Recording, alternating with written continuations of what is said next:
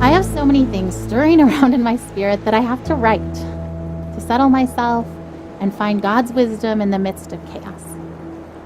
I'm scared I won't be strong enough to face the things we might have to face in the coming weeks and months. But then I remember how much grace God gave us to walk out everything we've already faced. I've never felt completely overwhelmed, and I've never felt alone.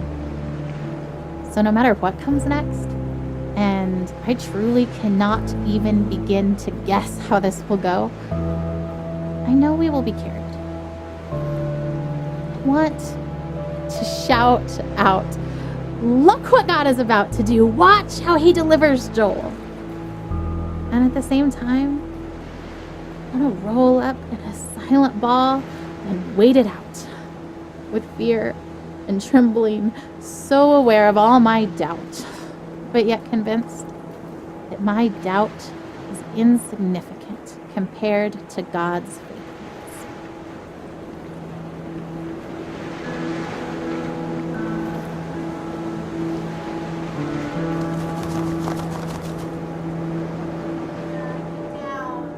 Guys, are you ready for bed? Joel, lay down. Okay. Should we do a song? Sure. Okay, big boys, why don't you come in here and we'll sing the littles a lullaby. I'm tired. I know, it's bedtime. Ugh, okay. Oh, Elijah, lay down. Babe, did you even check in his mouth? Who's Joel? No. Joel has chicken stuffed in his cheeks from dinner.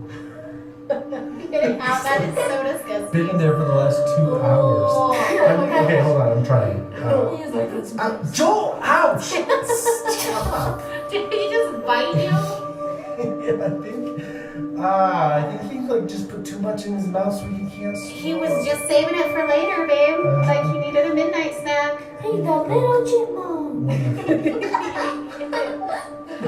Oh my goodness.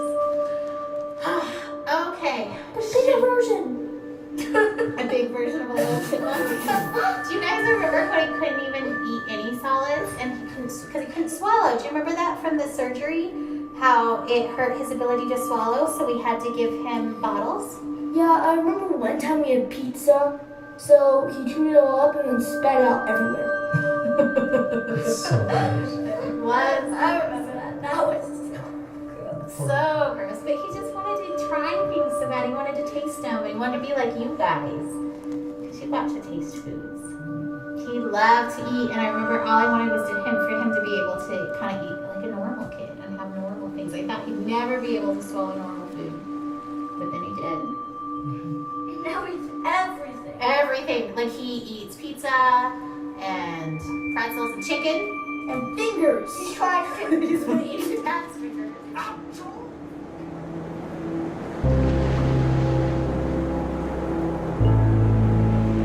Dear Eli, I feel nothing but pride for the way you battled cancer. I remember the way you learned to ride your tricycle down the hospital hallway instead of down the sidewalk like other 3-year-olds. It was hard for me to pray to God, "Thy will be done," when I really just wanted so desperately for him to heal you.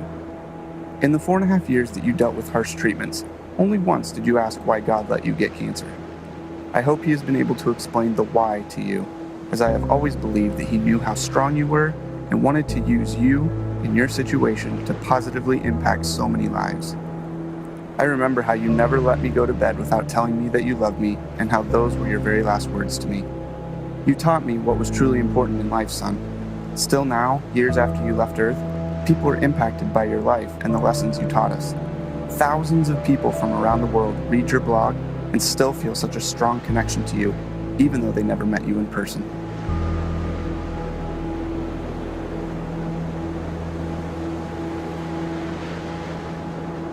We've been through so much already. This is a new degree of tragedy, but it's not so much different from the struggle we've already been living. We pressed into God. We pressed into faith. We fought until we found peace. We stood in peace when our flesh wanted to strive more.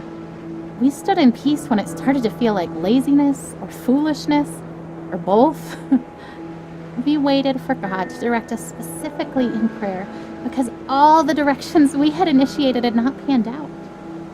We prayed for no nausea because that's what we felt in our spirits we were supposed to pray, even though we'd prayed it countless times before while Joel continued to vomit. We saw one small miracle and then another. We waited to pray specific things until we were given specific direction, and we saw bigger miracles. And yet, if you asked either of us if we were doing enough, trying hard enough, we would say no.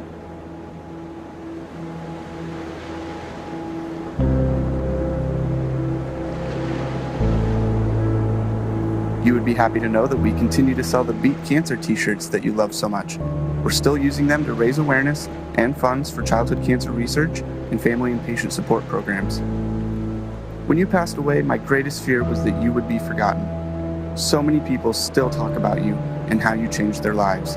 That is such a precious gift to me as your father. Eli, you truly impacted more lives in your almost 8 years on Earth than many people do in a lifetime. I love you, buddy, and I can't wait to see you again. Love, Dad.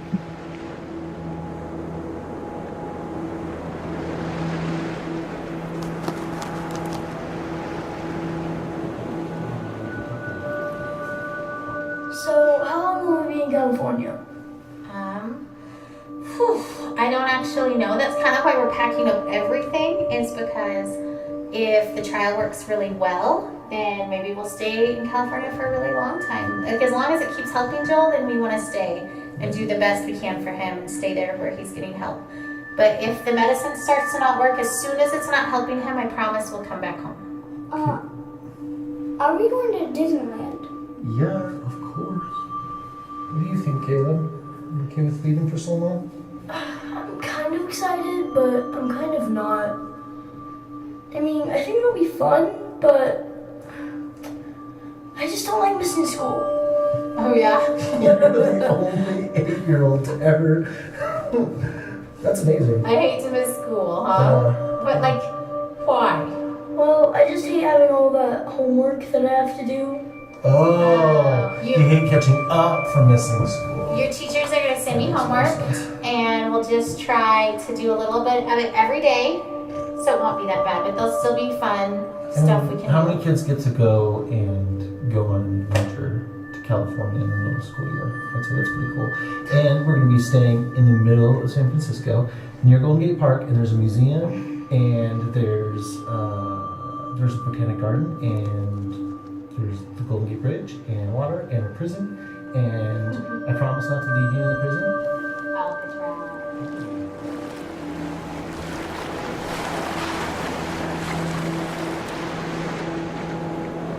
As this long day draws to a close, I am tired, but not sleepy.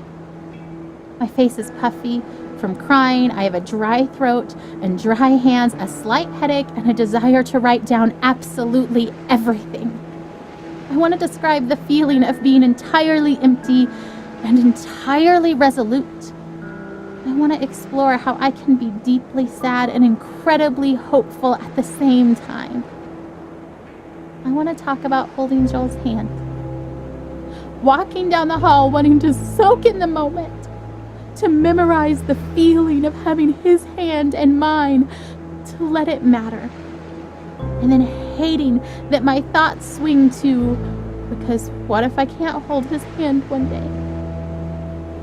and hating that thought, wishing I could just appreciate each second of Joel without that appreciation spilling into the pre-mourning I refuse to do because I believe he will live.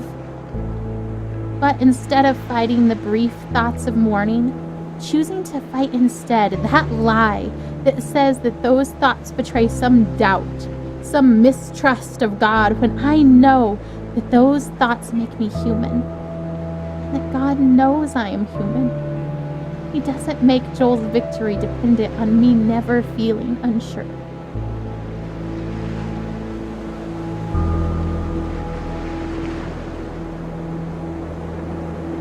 I won't let myself hold anything back this time. I would rather feel disappointed and let God heal my heart than to feel like I did not push myself as far as I possibly could in faith for my son.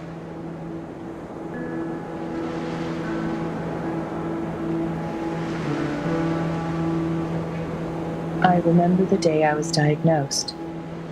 I remember the hallucinations from the high fever of 5-year-old's nightmares. I remember my mother silently weeping in the doctor's office. I remember friends and family gathered around my hospital bed in prayer. I remember the 2-hour ambulance ride to St. Jude where they could better care for me.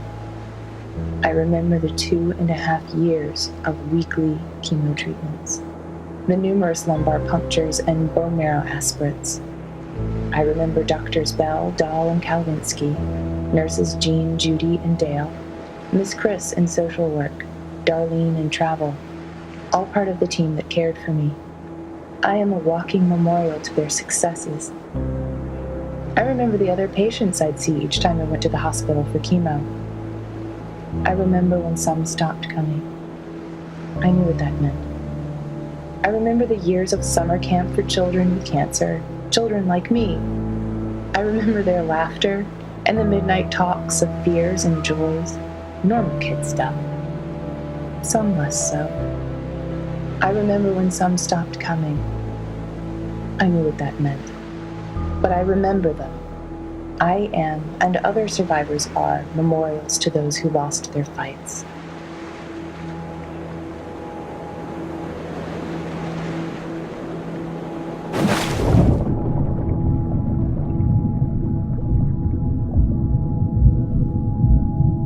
Oh, her expectation is so maddening sometimes.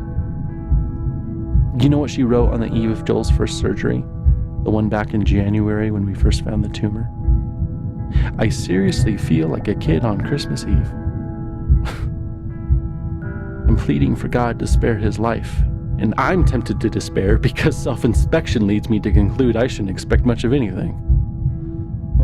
And yet my wife is expecting a surprise party from the Lord, replete with presents and supernatural miracles.